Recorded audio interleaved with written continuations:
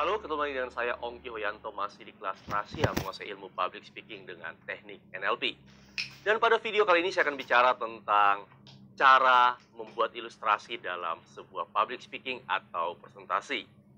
Tentu kamu masih ingat dalam video-video yang belakangan atau video-video sebelumnya saya sudah sampaikan bahwa ilustrasi dibagi dalam dua kategori, yaitu logos atau data, fakta, studi kasus, dan patos atau sebuah cerita.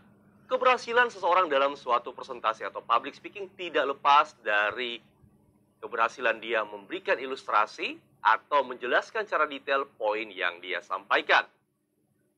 Jika saat ini topik saya adalah public speaking mastery, maka saya dapat membuat ilustrasi seperti ini. Perhatikan contohnya. Saat saya memilih segitiga, tentu kamu masih ingat teknik segitiga, sebagai bagian dari isi presentasi saya, maka poin yang pertama saya akan gunakan subject mastery atau teknik mengatasi rasa takut dalam public speaking. Ketika saya mengatakan subject mastery atau teknik mengatasi rasa takut dalam public speaking, maka saya harus mencari data atau statistika yang memperkuat poin saya bahwa semua orang atau mayoritas orang atau kebanyakan orang memiliki ketakutan dalam berbicara. Maka saya akan ambil data dari The People Almanac Book of List sebagai suatu referensi untuk poin pertama tersebut. Dan ingat juga, selain adanya logos, saya akan menambahkan unsur yang kedua, yakni patos. Patos berupa cerita, bisa saja berdasarkan pengalaman saya atau pengalaman orang lain. Dalam hal ini saya sebut dengan historical story atau juga menggunakan perumpamaan. Lalu masuk pada poin yang kedua, sequencing atau urut-urutan yang menarik dalam suatu presentasi. Kembali lagi saya akan mencari datanya yang memperkuat poin saya bahwa urutan yang baik, urutan yang menarik adalah salah satu kunci keberhasilan dalam public speaking atau presentasi.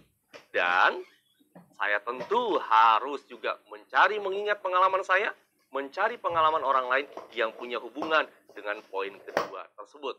Lalu saya akan masuk kepada poin yang ketiga, yakni showmanship atau bahasa tubuh.